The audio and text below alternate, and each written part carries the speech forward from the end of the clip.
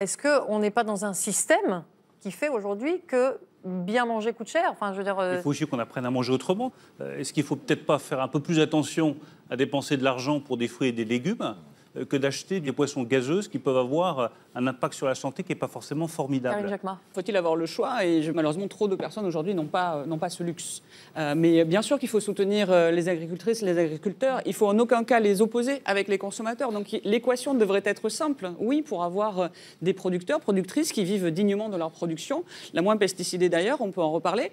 Et en fin de chaîne, des consommateurs, consommatrices qui ont encore une fois accès à une alimentation saine. Durable et abordable. Et c'est là que la question du prix, elle compte. Parce que l'autre chose dont on n'a pas encore parlé, ça s'appelle les coûts cachés.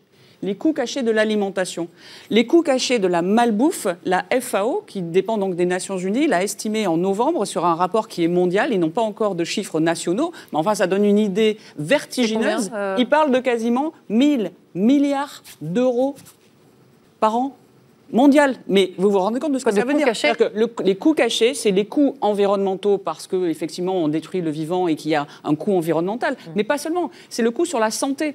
Il y a un chiffre qui date de 2014, malheureusement, mais qui estime, et il a dû exploser depuis, à 20 milliards d'euros par an, le coût en France social de la surcharge pondérale. Et ça, c'est avec nos impôts. C'est la conséquence de la malbouffe sur la santé.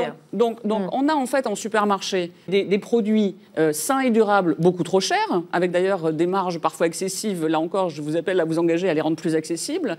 Et on a à côté de ça des produits de la malbouffe qui ont un coût économique phénoménal sur la santé sociale, sur l'environnement, que les contribuables paient. Et on trouve ça normal. Il faut changer ce système.